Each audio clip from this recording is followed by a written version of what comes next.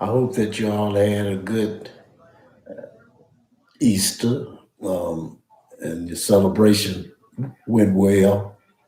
Not ate too much, and that you're in a good spirit. God is good, and this is a good day. This is the day that the Lord has made. Let us rejoice and be glad in it. We're studying tonight from the 13th chapter of Corinthians. And on last week, we left off. Uh, Paul was telling us about love. We're talking about love in this chapter. We left off talking about God being love Himself, and whatever we take on as love, we must realize that the characteristic of love is God, and God is love Himself, and you can't have God without having love, nor vice versa. And we left off in that fourth chapter, and that's where we want to start up tonight in that fourth chapter, because Paul is beginning to name some of the characteristics of love, some negative, some positive. Um, what love is, and what love is not. Now, there are many things that are many ways that we can claim to be loving, and some of the ways that we act will contradict it. So therefore, we have to be careful when we say we love. Uh, do we really love? Let's see if we can find ourselves in the scripture tonight and see if can we fill in all these blanks that Paul is saying. I'm sure we're gonna come up short in some of them because I don't know if any of us can have the complete love of Jesus Christ, and yet we're supposed to strive to do so. But we'll see, because Paul lays a lot on us in these chapters when he's telling us that we need to do certain things to be loved, and then there's certain things that we need not do if we're going to. With the fourth verse, that's where we left off, and that's where we want to begin today. Uh, it says charity, and we know that means love. Charity is love. So that's where we're going today, starting with charity. And it suffers long. Now, charity is love. Long suffering is patience. If we're going to have charity, we must have patience. And patience uh, is defined as uh, someone who is slow to be resentful. Let's say it that way. Someone who is slow to condemn. Someone who is slow to dispel or let you down or put you away. That's what patience is. One who has patience has these things. And Paul says that's what love is. A person with love has that characteristic, that patient characteristic, where as you make a mistake, but they still give you a chance to rectify what you've done. They don't put you away just because you made the mistake. And see, that's what we do many times. We put people away just because they made the mistake. Now, had it been us, we want everybody to give us a break. Give me a chance. That's the first time I've done that. And one with a loving heart will easily do that. He'll give that chance because he has love in his heart. Now, true love is the love of God. True love is the love of God. Now, love and admiration, but true love lets me stay with you and hold on to you and your potential, even though you don't meet my standards at this specific time. I'm still willing to hold on to you. Don't put you away. Don't be through with you just because you erred. Paul said that's not true love when you go there, because a person can always change. If you look in the book of Ecclesiastes, it'll tell you that the beginning is not always the end. When we look at Ecclesiastes, that's Ecclesiastes 7 and 8, I believe. It'll tell you. It says, "Better is the end of a thing than the beginning thereof." So what may be the beginning of something may not be as good, but if you're patient and wait, it'll be better at the end. God did not make us perfect. He made us born in sin. So we have, when we hit this earth, we have a long ways to go. Other words, we're not really born yet when we hit this earth, not into the family of God. We're just born into the earth. We're not born into the family of God. That's why the Lord told Nicodemus, you have to be born again if we're going to get into the family of God, because we're born into sin when we come into this earth. We're born in sin, not into the family of God. And once we're born again, then we're born into the family of God. So therefore, when we come into this earth, we come into this earth with a long ways to go, trying to reach perfection. We have so far to go until we're trying for a goal that we really will never reach. But it does not excuse us from trying. We're still obligated to do our best to get there, because we'll never reach it on this side. God will get us there on the other side, but we'll never reach that perfection here.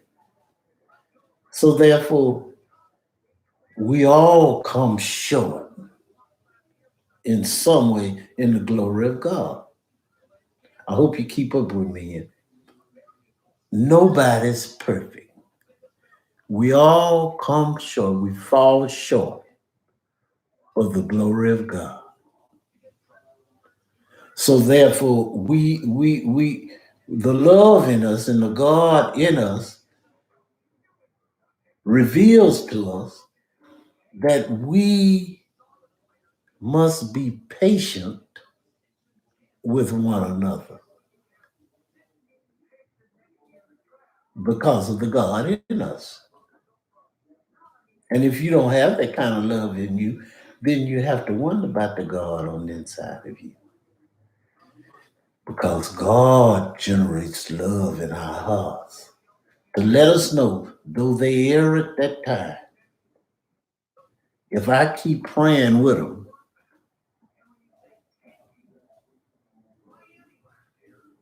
keep trusting in God, they can reach their potential. Love, patient, patient, patient tries your faith. That's where your suffering come in. It says, uh, love is long suffering. Yeah, it tries your faith.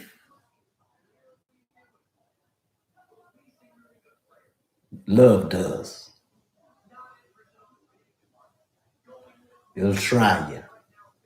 I know you know that. You got children. Oh Lord, have mercy. I'm you. I'm doing what you do. Lord have mercy. Because it seems like every time you think they're moving in the right direction, you see they come up with something that will disappoint you, and you feel like just throwing your hands up. But at the same time, that's your child, and you love them. Therefore, you're patient with them, and you trust God and have faith that He'll turn your situation around. But every time that person disappoints you, it tests your faith. Will it ever happen? Will it ever come to pass? I want to believe it will, but Lord, I don't know. It's a test of your faith. I believe, Lord, I believe you can turn things around. I believe you can, you can help me to move mountains. But seem like the same thing keep happening over and over and over and over. That's your suffering. And seem like it's not going to change. That's a test of your faith. And nothing tests our faith like time. By now, things ought to be better.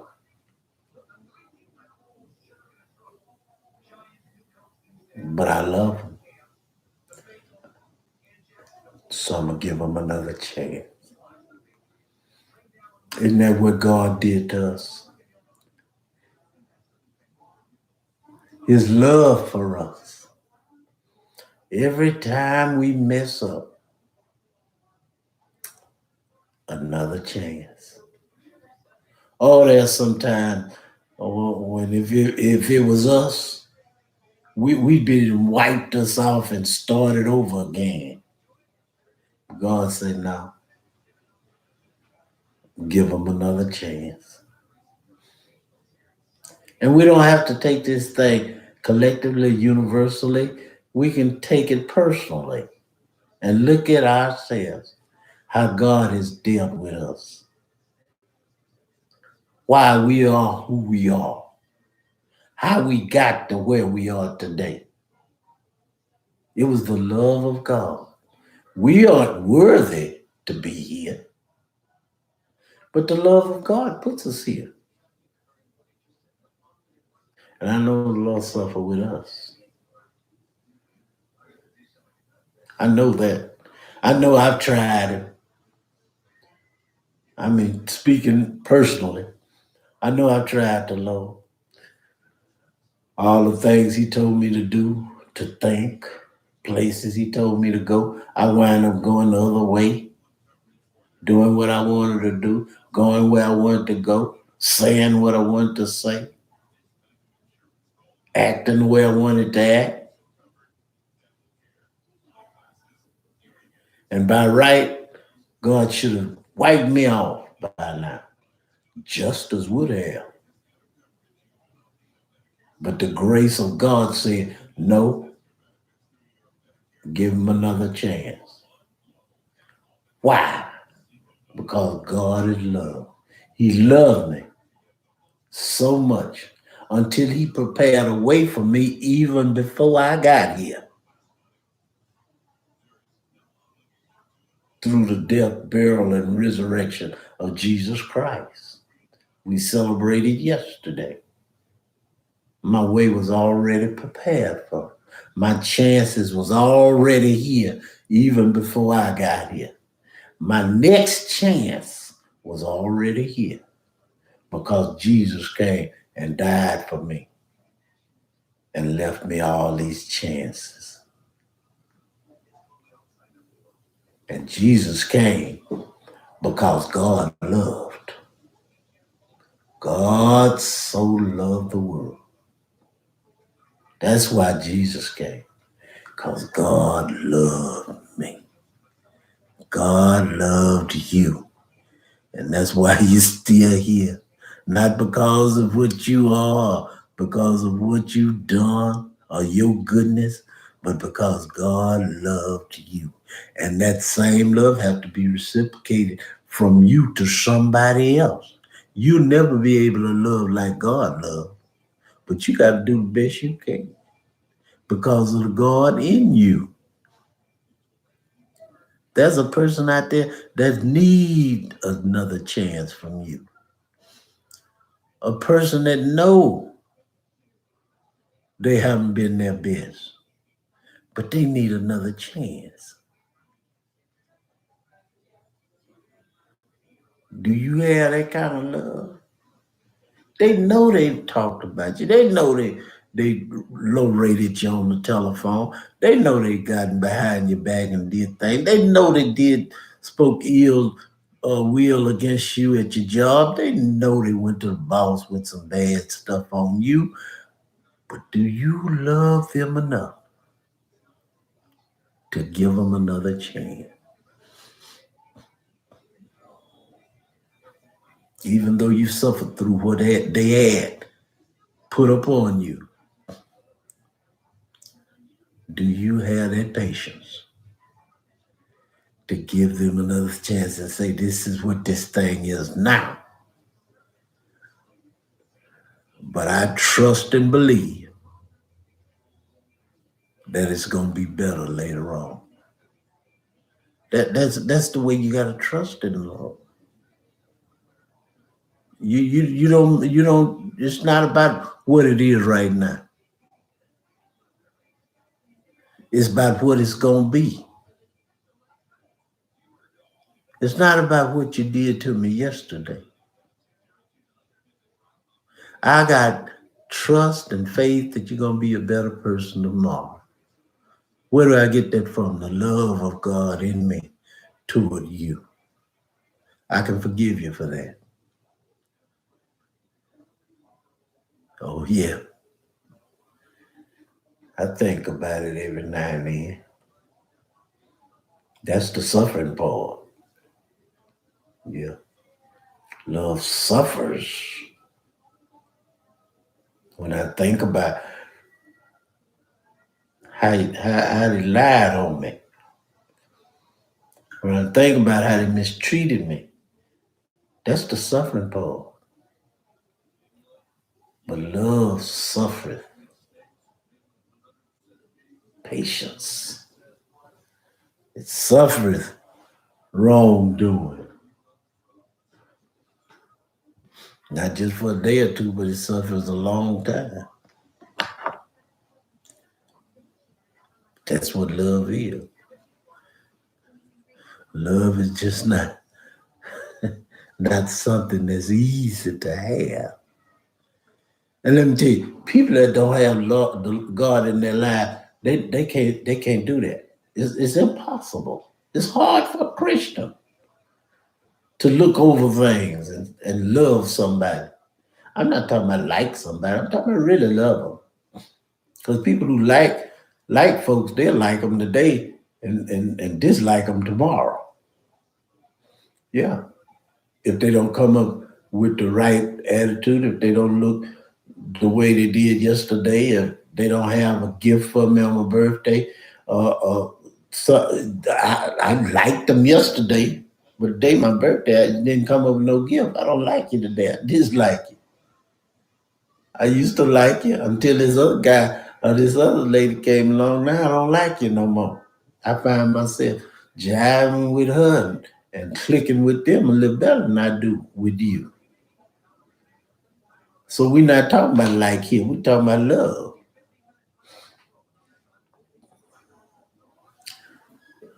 It's suffering. There's also envy in that verse. Now we're talking about a knot. The first one is what love does. It suffers. Now this is what love does not do. Envy.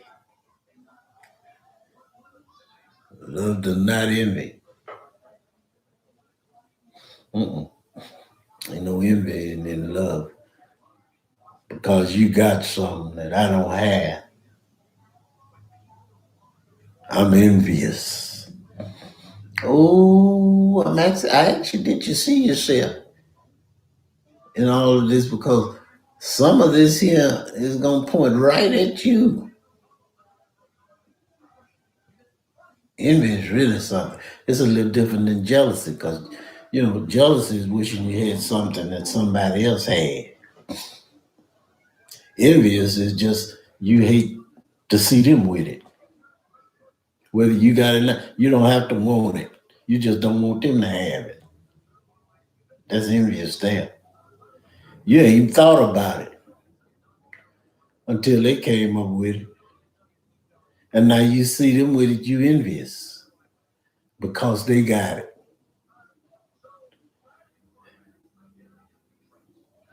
And at the same time, if you were jealous, you could have it if you were willing to implement what it took to get for them to have it. If you would do the same thing, you could have it. But in enviousness, you don't care whether you have it or not. It just kills you to see them with it. They come out here in a brand new Mercedes Benz. That ruined your day. That ruined your day. You saw them in that pretty car. That ruined your day. You doing all right. Now, did you want a Mercedes Benz? No, you ain't caring about having a Mercedes Benz. You was all right with what you were driving. You still all right with what you driving. But you hate to see them in their Benz.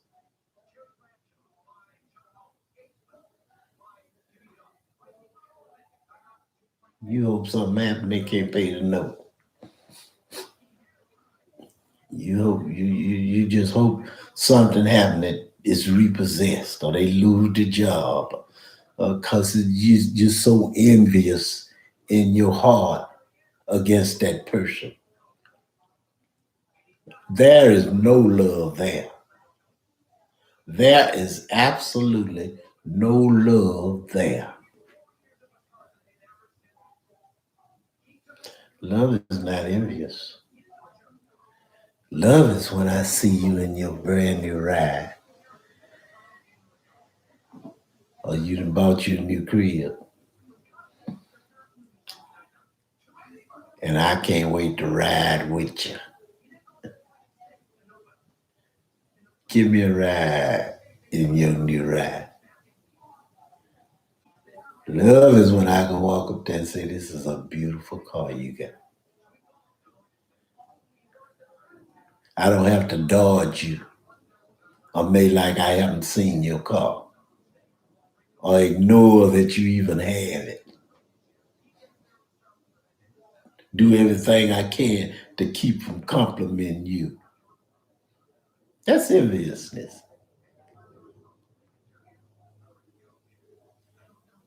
Have you ever had something and bought something and you had a friend or somebody and you came out with it and you kind of waiting on them to compliment what you have or say something about it, and they won't mention it.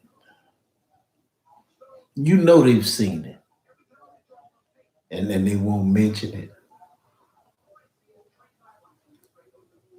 You just waiting on that compliment from them, and they've seen it. They won't mention it. Why? Because they're envious. Some of you been there. Somebody bought something you didn't want it. You didn't want to compliment them. You was envious and you didn't want to compliment them. You saw it out there, but you'd even come in their presence and talk about everything else besides their new dress or their new suit. You know that's a new suit this guy got on, and he looked good in it. A compliment coming from you though, because you're envious. You got on a new suit too. It's pretty, but you're envious because you don't want to see him with that one. There's no love there. Oh yeah, we can talk love, but love is an action verb. Love has to be shown. Love has to be felt.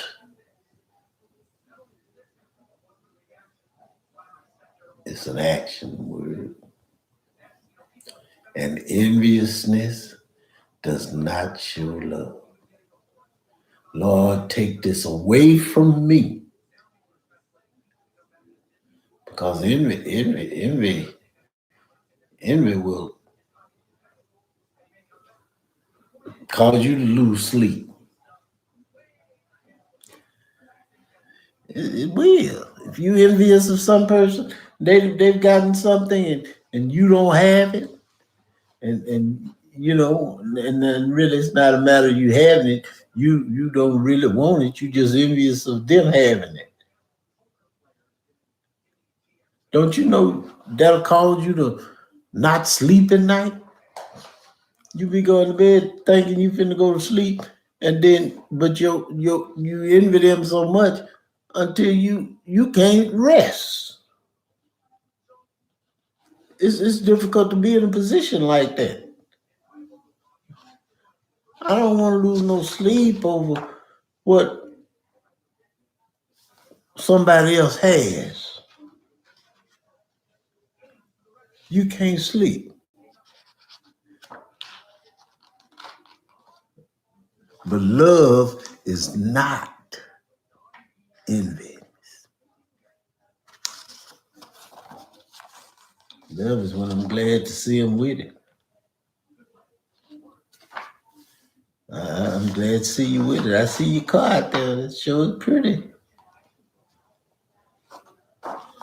I'm happy to see you with it. All right. Can you see yourself yet? Oh no, I got those two, Pastor. All right. So you're long suffering, and then you're not envious. Gosh, you're doing very well.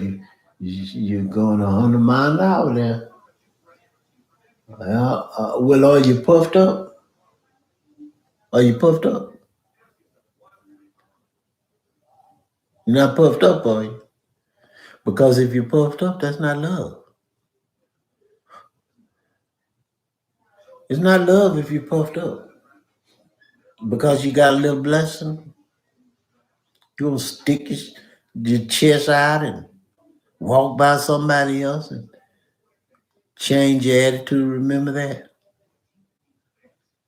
Because the Lord done blessed you with a little something now, you already got puffed up.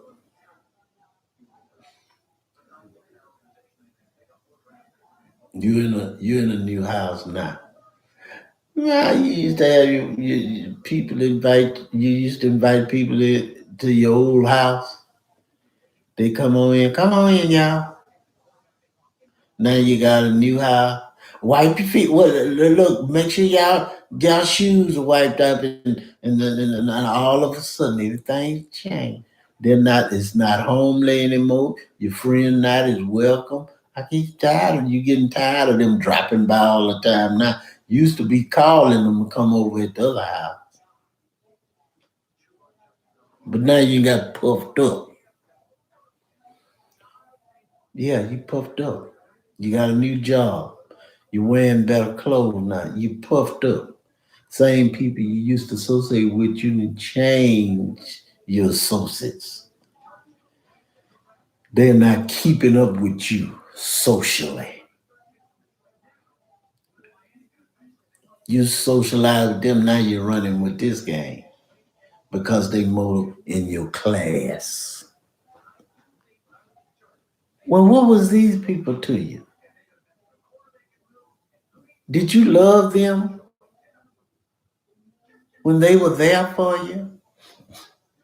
When they used to call you, you lonely, and they call you at night, and y'all would jack on the phone for an hour and a half. What was that? Was that love? You said they were your friends. Was that love? It couldn't have been love because now, since you got a new house, you don't want to even associate with them. Love don't puff you up. It doesn't vaunt you into another social territory. And we all have to deal with it. And I don't care what occupation you're in, you have to deal with it. You know, because your occupation is on a different level than this guy. He does this for a living. You do this for a living. So you puffed up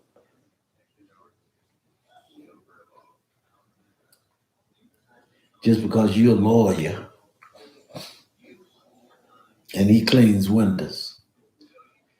You puffed up. He collects garbage. You a lawyer.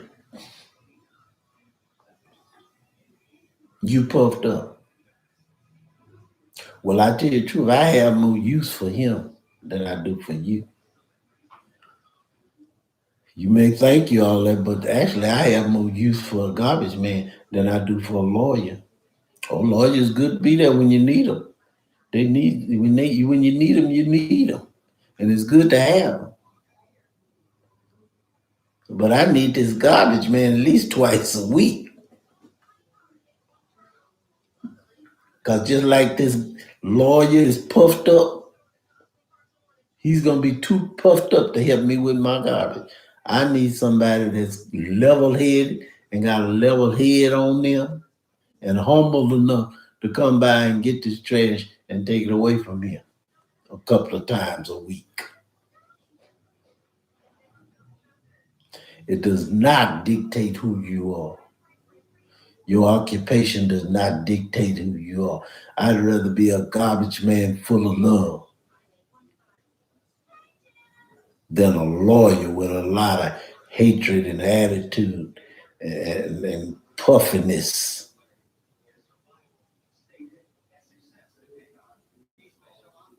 That must be a miserable life when you have to distinguish between people according to their occupation. How many friends can you have? Only those who call themselves in the upper class? And that's only socially or financially. Because if he's not don't have the love of God, he's not in the upper class. He's in the lower class.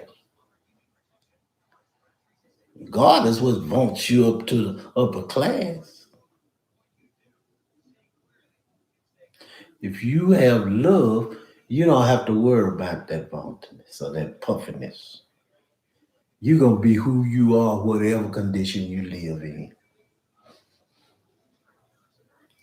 you're going to be who you are. And that's a wonderful thing. First of all, to know who you are. Because a lot of us think we are something that we're really not.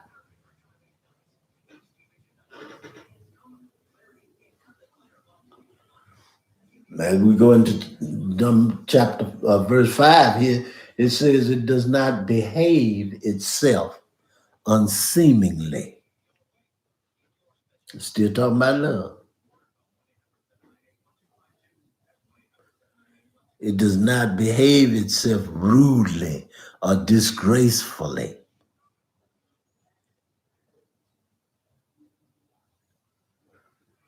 I'm not out to disgrace you.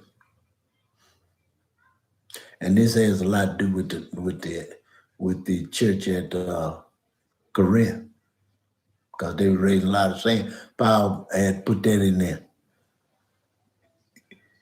You don't want to disgrace your church. You don't want to disgrace the people that you worship with. You want to come into church and act sensibly. Do you love your church? You don't want to stir up nothing at your church. You want to always bring a peaceful attitude into your church. You want to bring a peaceful attitude into your home. You don't want to be rude to people. Be kind. Then verse 4. Don't be rude. Oh, think about that. Rude people. Think about rudeness. You don't have to act a certain way, and you're not going to act a certain way. That's rudeness. When you're not contained by your godliness, then you become rude. It puts you in a position of not caring. You don't care. And you treat a person any kind of way. That's not love.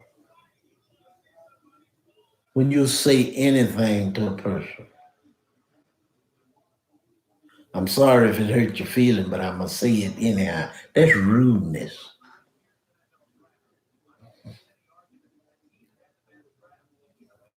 Stepping before people, ignoring people, cutting people off, not allowing them to speak. It's not love. You can't see love nowhere in that attitude. You can't see any love there. When every time a person open their mouth, you want to cut them off. You want to allow them to speak. That's rudeness. Paul says that's just not love. Love is not rude. Love is not doing silly stuff. Now in here, he calls it unseemingly behavior. That's behavior that no ordinary person does. That's not ordinary behavior.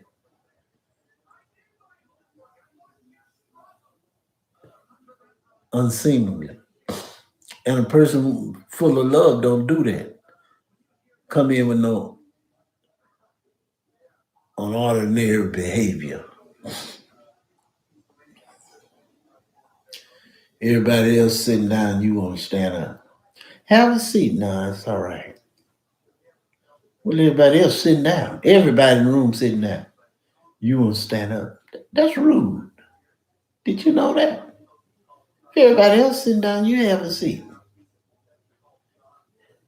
You offer a seat, you sit down. That's rudeness. Where and that goes anywhere. I mean, it's just appropriate anywhere. I was sitting in church not too long ago, and a young man came in church, and he had his wrap around his head, you know.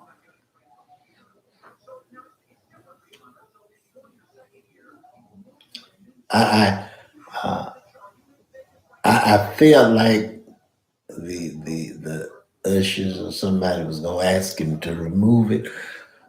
So I kind of got their attention and told them not to bother. Don't bother him. So you have to be careful sometimes. The devil comes in all kinds of ways. And if he can get you to act up on something that's not that important, then he wins this thing. We don't want to give the devil no victories. I got a message to him. Just let him be. Let him be. And but what he did was he didn't just come in and have a seat. He came in and he stood. He stood in the back and we watch when we do. We have security around our church, in and out. And we just watched him. And of course it caught my attention. And finally one of the ushers went over and asked to show him to a seat and he shook his head. So he didn't want to sit down. Now, in the first place, this is rudeness here.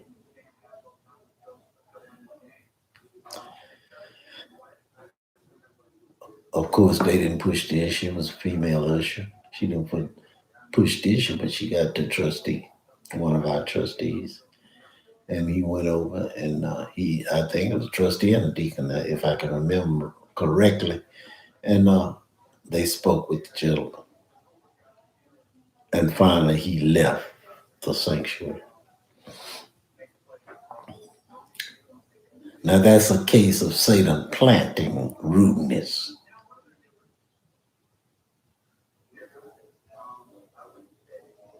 In your assembly. Satan orchestrated that to cause confusion in the church. There was no love. The only love that was shown there was the restraint by the people who met the encounter. Now, he knew he was out of order. First of all, coming out in there with this bandana or whatever it was on his head, and then to stand up in the back of the sanctuary. Just rude. Nobody else is acting this way. That's rudeness. He's acting different than everybody else. He's acting different than anybody would act. It's unseemingly. It's not something that you ordinarily do, come and stand up in the back of the church with your bandana on your head. You come in, you have a seat, and you be attentive to what's going on in the service. Some of us are rude in all aspects of our lives, and we act unseemingly in so many instances. Out of the ordinary. We're doing things that nobody else gonna do. We think that we're the only one that should be entitled to do so.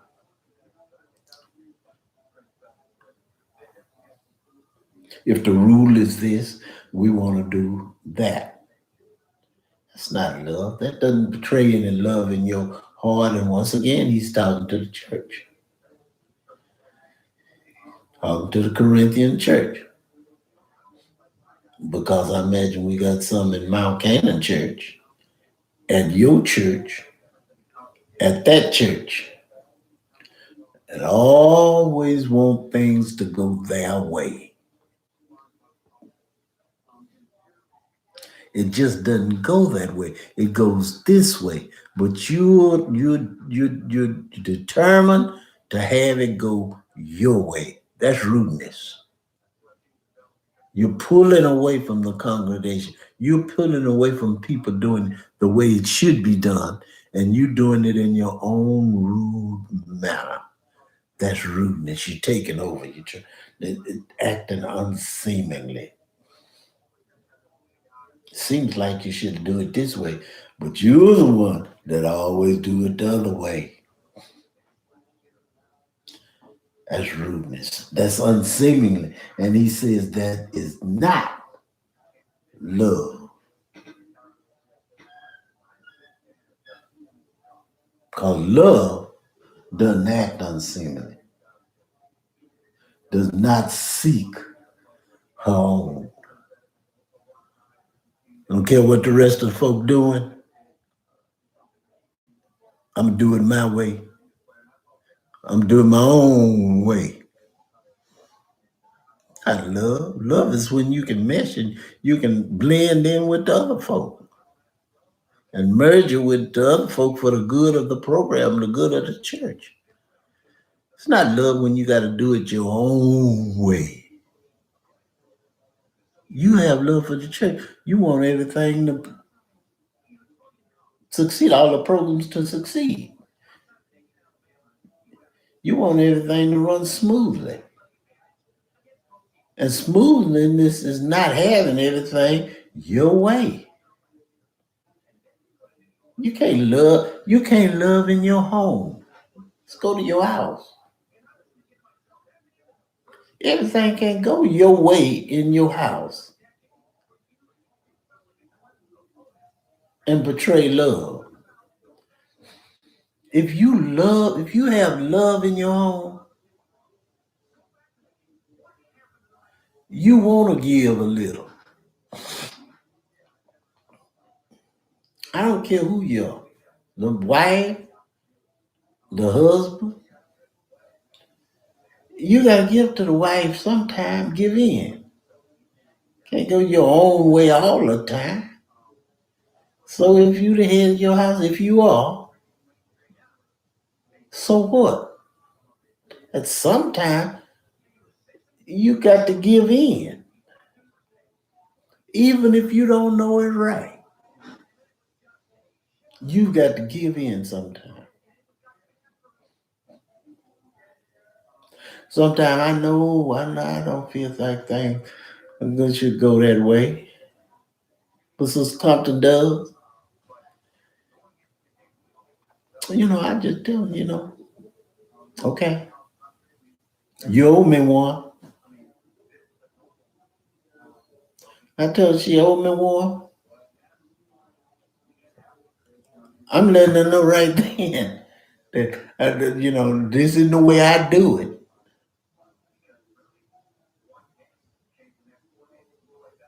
But I'm agree with you on this and let it go your way. She's done the same thing. You owe me one. Okay. That's love. That's the way peace is in your house.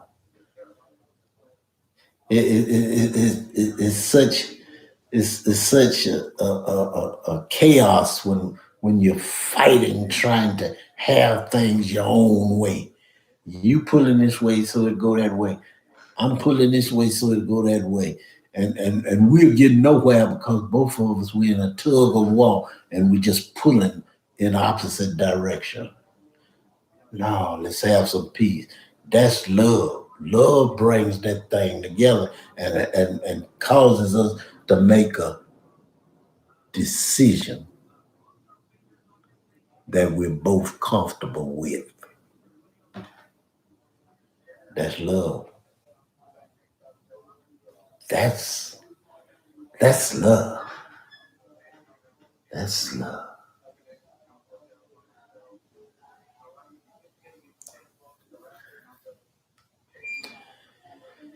Well, this next one,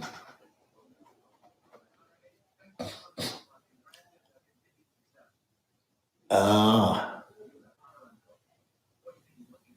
it's something that we can be guilty of and really not realize. Provokiveness.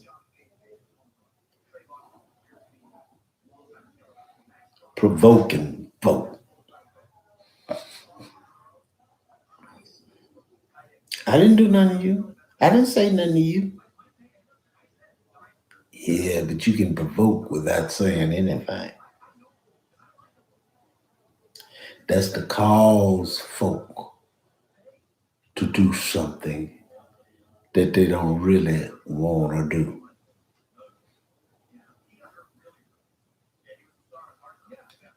If you got love, you don't want to entice people to do things that they don't want to do. We provoke one another. We even provoke our children sometimes.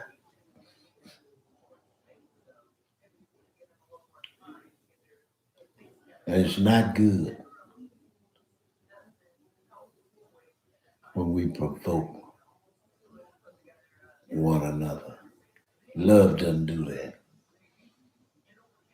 Love doesn't do that. Love doesn't push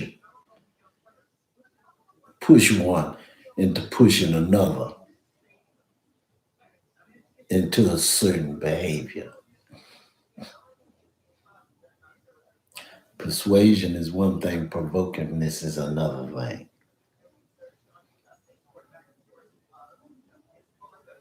That's not love. We've got to learn to love better than that. We just can't provoke.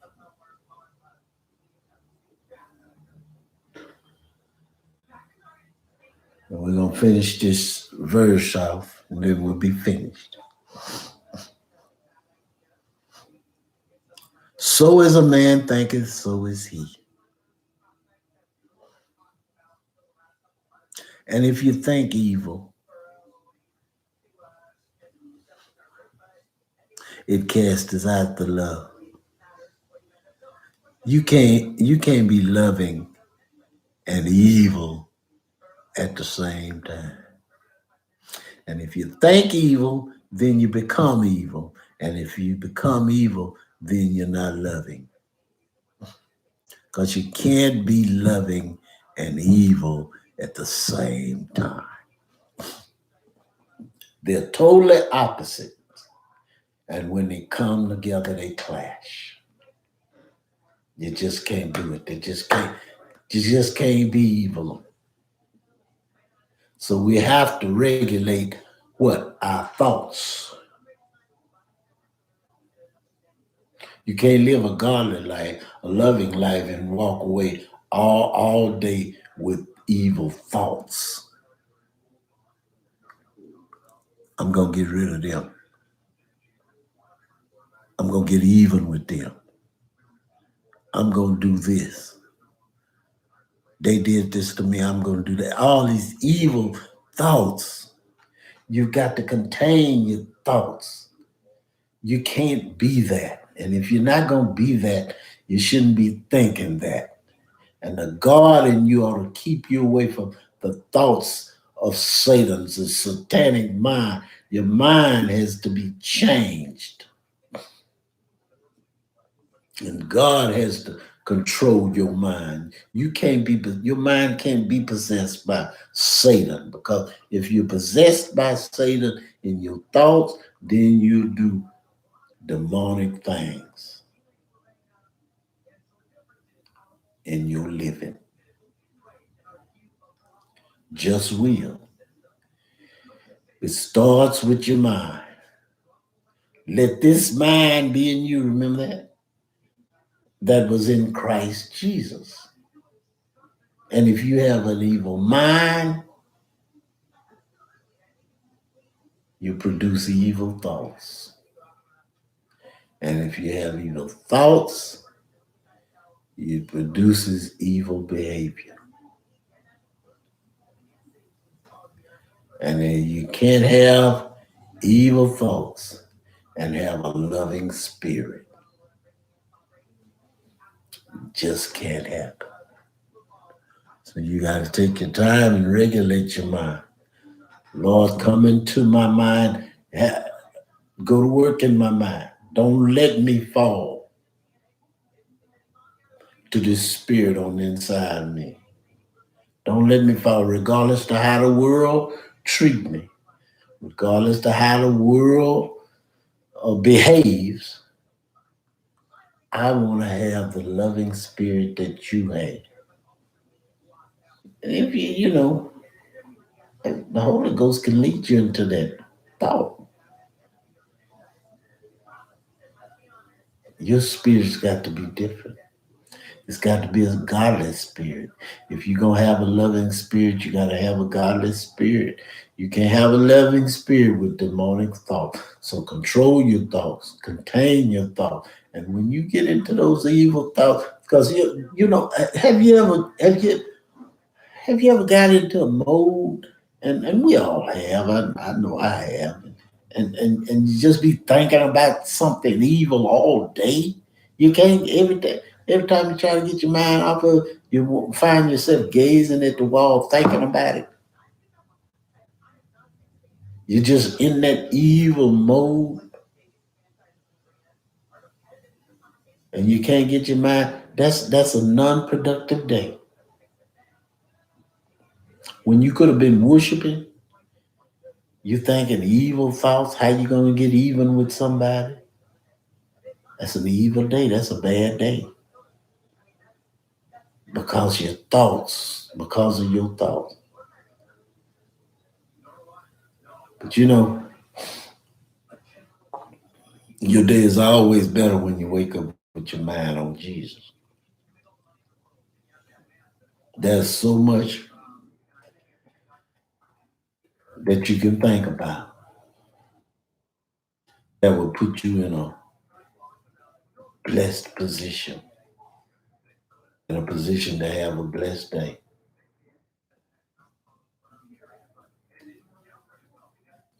Love is special. Love is the most best thing that you can have.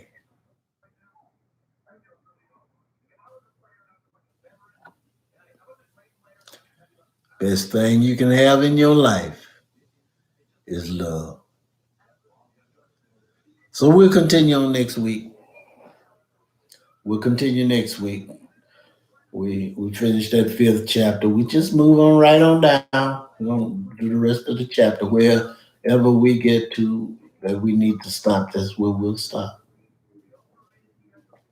But on next week we'll continue into the 6th verse of that 13th chapter. Now let me say this to you. We'll be back with you on Sunday. And let's stay together. Let's keep together. Keep healthy. If you ate too much yesterday, slow down, cut a little bit today, and uh,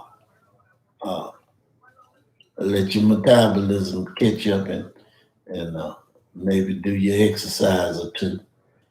Uh, I don't want to emphasize that too much because I don't want to be encouraging you to do something that maybe I'm not doing myself. But uh, we but we're gonna do the best we can.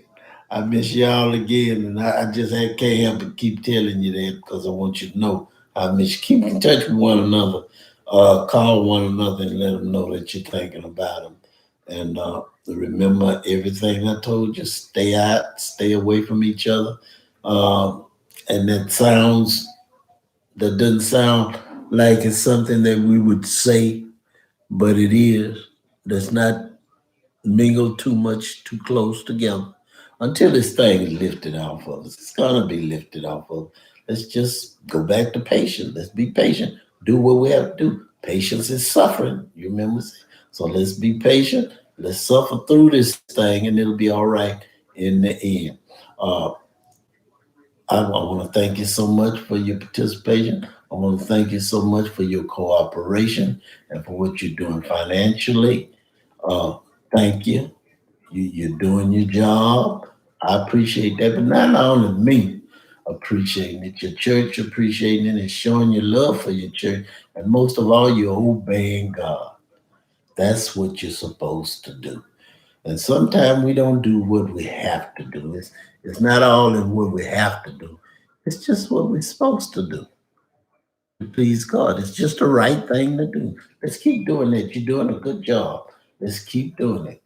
Those of you who are not, those of you who can't do it, don't worry about it. Those of you who can, do it because it's the right thing to do. So God bless you. God keep you. Uh, is our prayer.